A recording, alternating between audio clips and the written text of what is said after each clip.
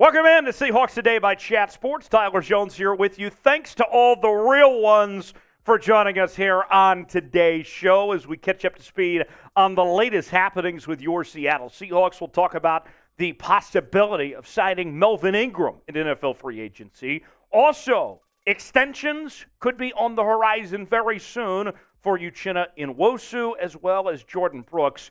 We'll tell you what's going on with both those guys and get you some analysis from some of the experts across the National Football League in just a matter of moments. Before we get to that, though, folks, we are on track to reach 38,500 subscribers on the channel. Less than 200 away from getting there, but we need your help to reach that milestone.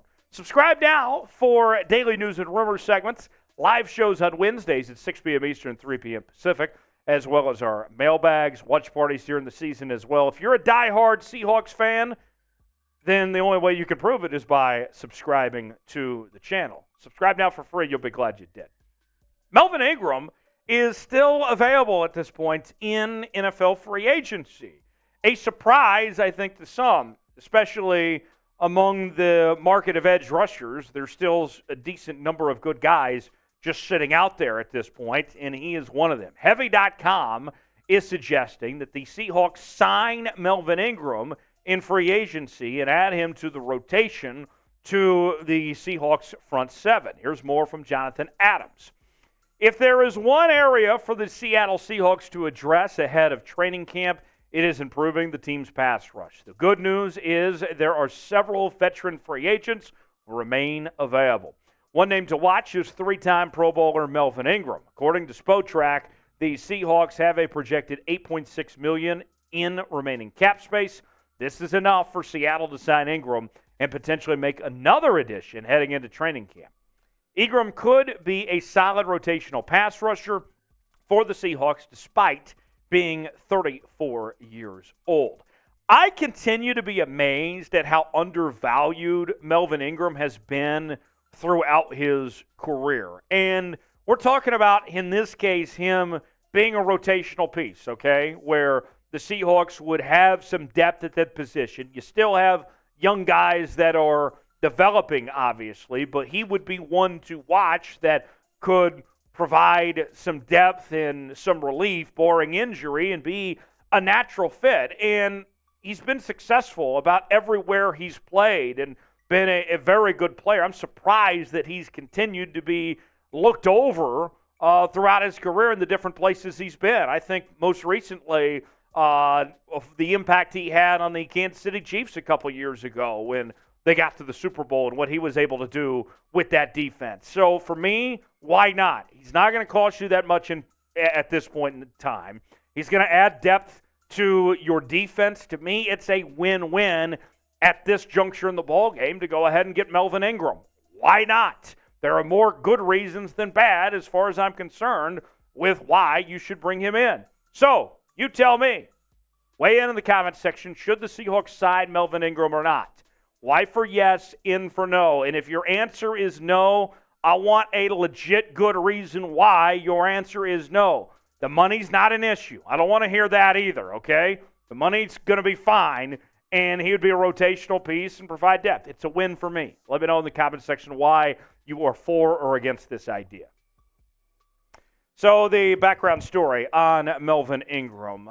Previously played for the Miami Dolphins, the Kansas City Chiefs, the Pittsburgh Steelers, and the Los Angeles Chargers. Three-time Pro Bowler from 2017 to 2019. And if you want to talk about consistency, think about this with Melvin Ingram. 6 different seasons in his career.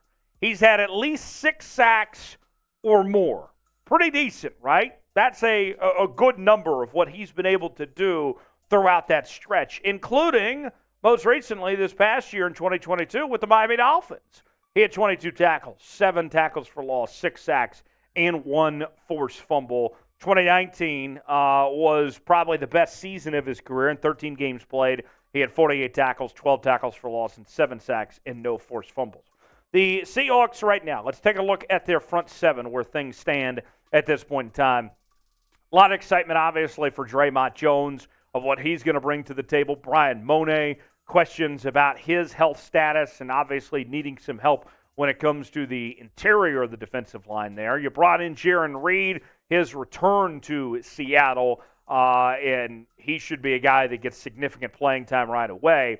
And then you go to the next core of guys, and Darrell Taylor, Uchenna Nwosu, a lot of excitement about what they'll bring to the table. Bobby Wagner, obviously, signing him in free agency. But then Jordan Brooks, questions about when he is going to be available. And obviously, Devin Bush would step into that role if Jordan Brooks can't give it a go. But I got to tell you, I like this group, but it can be better. There's still more work to be done as far as I'm concerned. It's an improvement from what it was, this front seven, comparably speaking to what it was last year, but they're not done yet. There's still more work to be done. We've heard Pete Carroll even say that they are not done with finding other options there for this group. Name a player the Seahawks should sign in NFL free agency. If it's not Melvin Ingram, then who is it?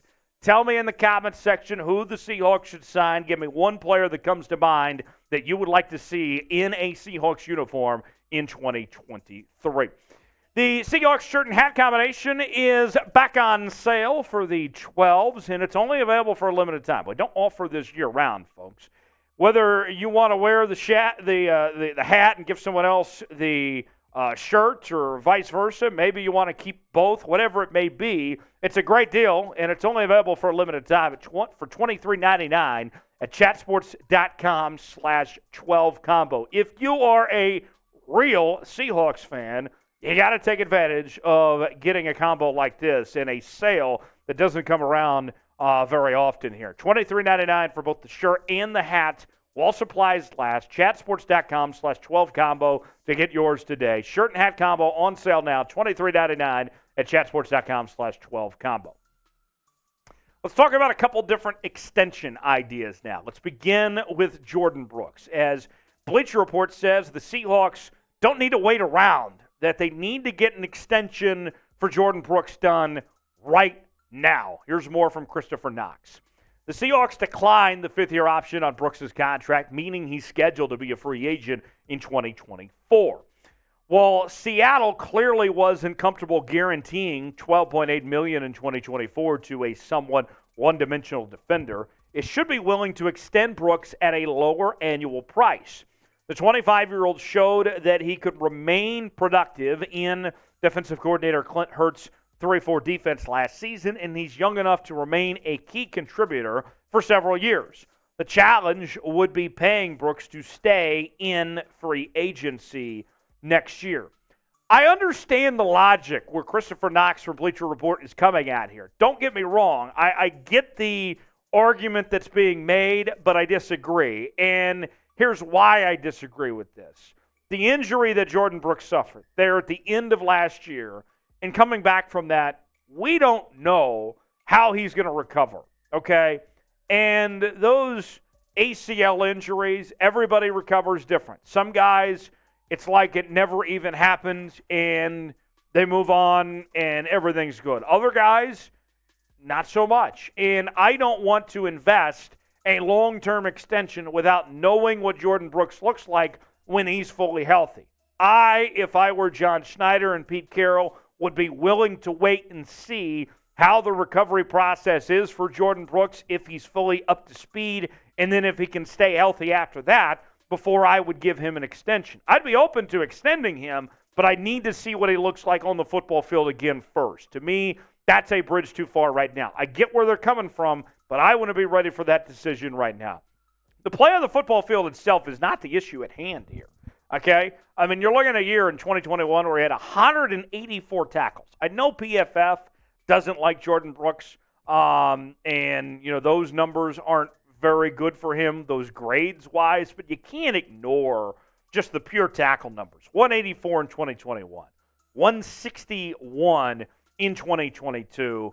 He has been, I think, a foundational piece for this Seahawks defense and should be around for years to come. I know that he's not going to be the green dot anymore. That goes back to Bobby Wagner and everything. But Jordan Brooks, I would invest in. I would keep him for the long term, depending on how this season goes, his recovery there. So, should the Seahawks extend Jordan Brooks right now Is now the time to do it, or should you wait to figure that out? Write it in the comments section. Tell me what you think. E for extend, P for pass. Should the Seahawks extend Jordyn Brooks right now? Let me know what you think. E for extend, P for pass. Another extension candidate is Uchenna Nwosu, and ESPN's Phil Yates, front office insider, says that extending Uchenna Nwosu should be Seattle's top priority right now, above anything else going on this offseason as they get ready for training camp. Bigger than any signing or any trade they could make, the number one priority should be an extension for Nwosu. Here's more from Phil Yates. Nwosu was fantastic for the Seahawks in his first season in 2022, posting career highs across the board, including 9.5 sacks.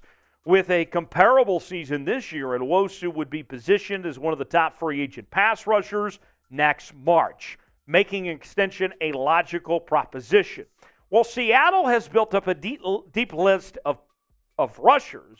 That includes the addition of second-rounder Derek Hall this year. Nwosu is just more complete of the group and is just 26 years old. A side benefit of an extension would be a likely reduced cap charge for 2023. And the age thing I think is very important here. And Nwosu is just now entering the prime of his career. And this is the chance to capitalize on his said prime right now and get the most out of him as he goes about this. Coming off a very good year, he was a great addition to this team from the Los Angeles Chargers. You lock him up, keep him around for the next couple years. To me, it makes sense. This is something that should get done now. And when we talk about this Seahawks team, they're all in. They're investing for this team to be competitive this year. Every little bit of cap space helps. You get that extension now, open up that cap space, potentially bring in guys like we talked about, Melvin Ingram, still looking for help with the interior of the defensive line there. Every dollar helps that you can. It's a win-win, I think, if you give Nwosu that extension and help you out on that cap front for now. The numbers on Nwosu. We mentioned coming off a career season in 2022 with 9.5 sacks, 66 tackles. The year prior, in 17 games played, had 5 sacks, 1 interception, and 40 tackles. He is really coming into his own and should be a fantastic football player for the Seahawks this season. Pick one to extend. Let's say you only choose one or the other. Which one would you rather give a long-term contract to right now? Uchenna Nwosu or Jordyn Brooks? If it's Uchenna Nwosu, type U for Uchenna. If it's J for Jordyn Brooks, type J for Jordyn Brooks. Let me know which way or the other you're feeling if you had to pick one. U for Uchenna, J for Jordyn Brooks. Hit me up on social media, Twitter, Instagram, and Facebook, @Tyler Jones Live. You can find me there. I'll see you next time right here on Seahawks Today.